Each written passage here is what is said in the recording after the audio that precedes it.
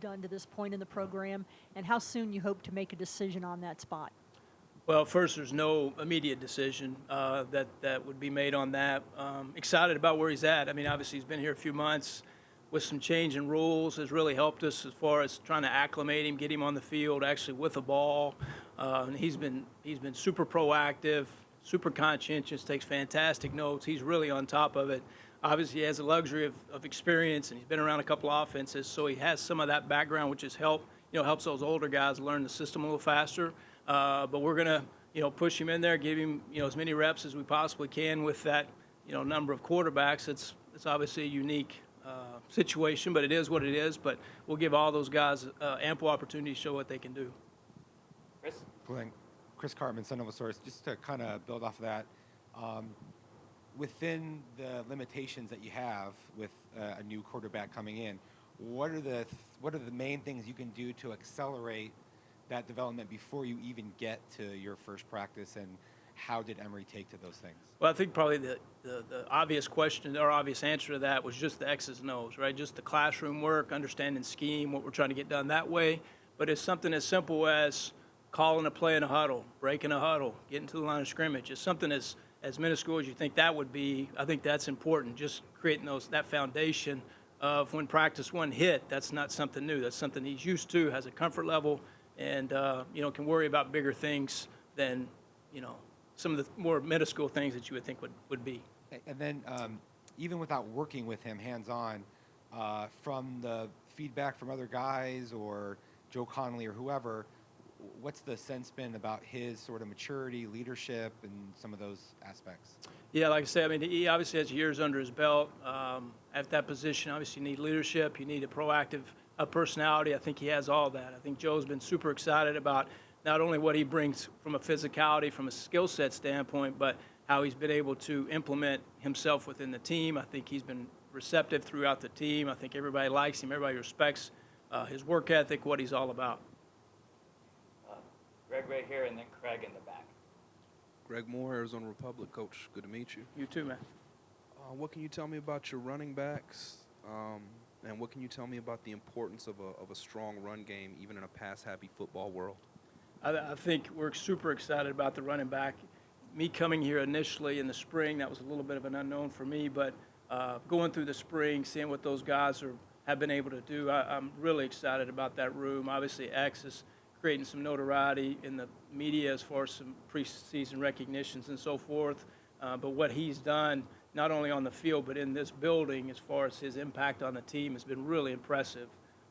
He's been voted to the Captain's Council. As a new guy, I think that's a huge compliment to him and what people think of him and what he's bringing to the table. Daniel, you guys know Daniel with limited reps last year, but every time he got in there, he was productive, he was effective, and I think we would continue that trend moving forward. And then the young guys with like Tevin, he came early, so I think he's a guy that's really made a nice leap in the right direction. Being a young guy, but being here in the spring, he's transformed his body. He's put on some weight, some muscle, some speed. Obviously has an understanding of scheme. So I think we're excited about where he's at. Even at being a young guy, he's ahead of the game. Craig and then Cole. Coach Craig Fouye, ABC 15. Hey, you've gone through a huge transition here this spring and summer with the guys. How are things going? I mean, implementing the new offense and where guys are, a lot of new guys on the roster.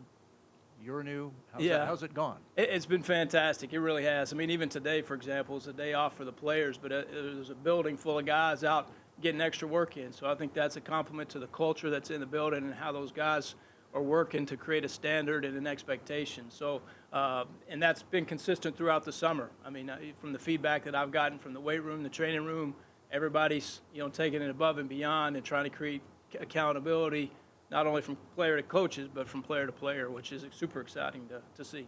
And what are we going to see? What are we going to see offensively?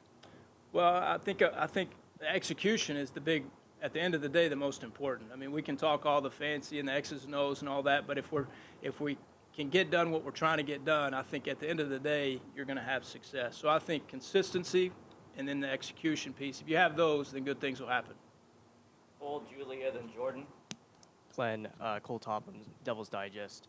If you were to describe your scheme to the average ASU fan, what would it be? Well, I've used this term, I've used this answer before, and it's a little cliche, but I think you have to play to your personnel grouping. You know, I've been fortunate in my career to play in a spread style. I've been obviously in the pro style system. I've been in a heavy personnel grouping, so I think you can play to your personnel. So, and I think we have a unique skill set here from a personnel standpoint that we can play to a little bit of both, right? Like we can play to a 22 personnel where you're getting a fullback, 2 tight ends, and then you can be in a 12 personnel where you're in 2 tight ends, or we have enough receivers and enough guys on the perimeter that we can now spread it out. So I think that from a defensive perspective gives those guys a lot of different looks, and creates some more advantages hopefully on our end. And specifically 12 personnel with those tight ends and the amount of athleticism you have at that position on your roster, what advantages does that create for the offense and simultaneously the disadvantages it creates for the defense?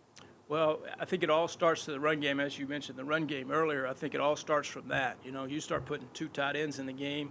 Not only do you create blocking surfaces and more gaps that the defense has to account for, but now all of a sudden now they're involved in safeties. Right now they're in an 8-man spacing, which you play the game of safeties. Now, do we take a shot over the top? Do we account for safeties in the run game? It just creates that much more variety that you can do on offense. Julia? Glenn, Julia Lopez here from AZ Family. Nice to meet you. Nice to meet you. You worked with Chuck Williams last year, Mountain West Offensive Player of the Year. Do you see any of him in Zalade at all?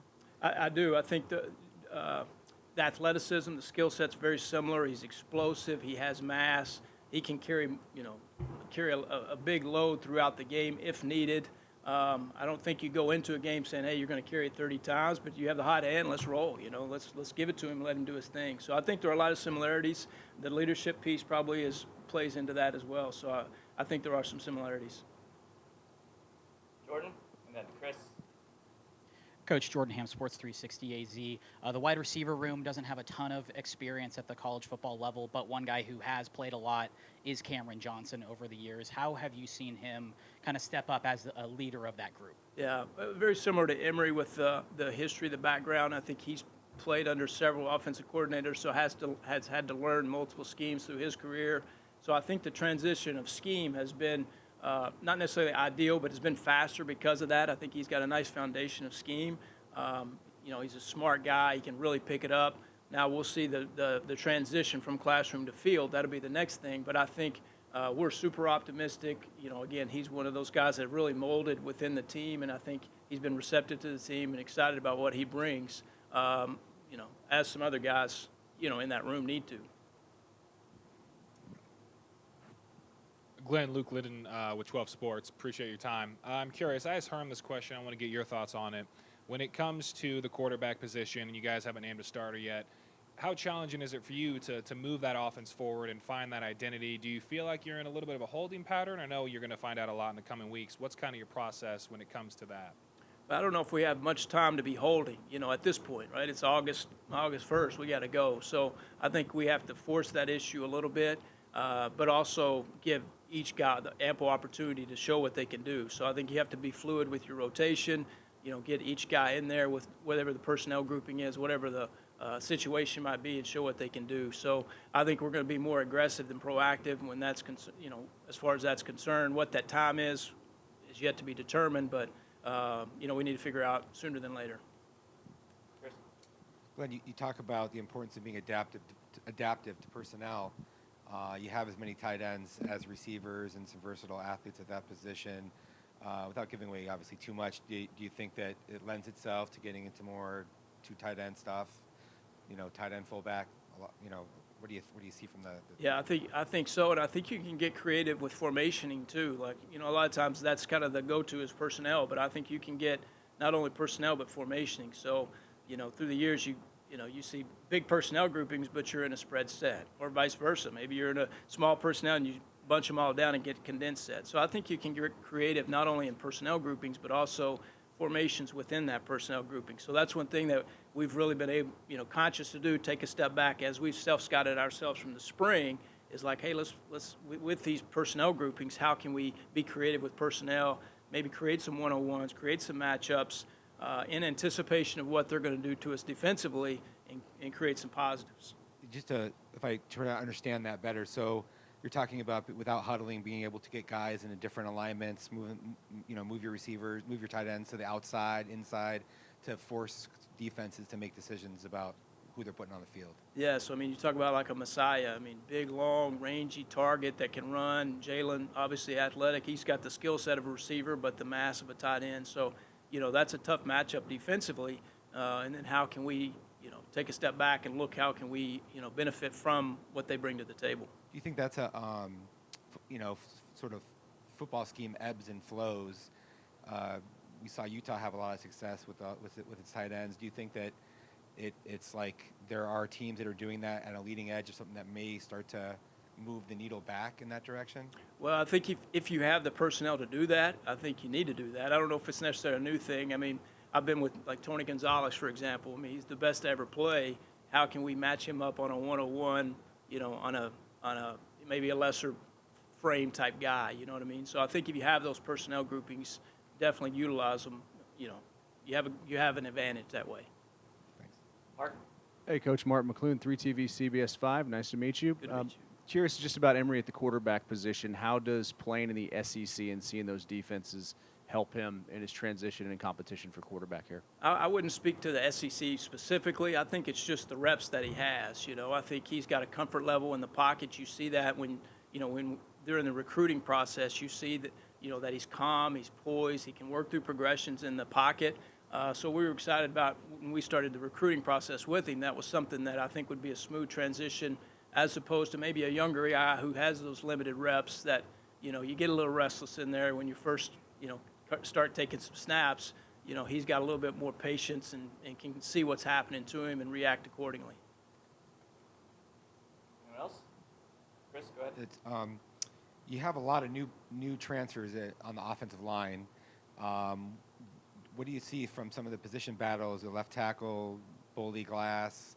You bring Joey Ramos in. He could maybe play tackle or guard. So what do you see from some of those things?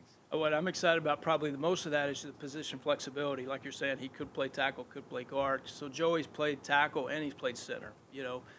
Thomas Labossiere, he's played some guard. He can play some tackle.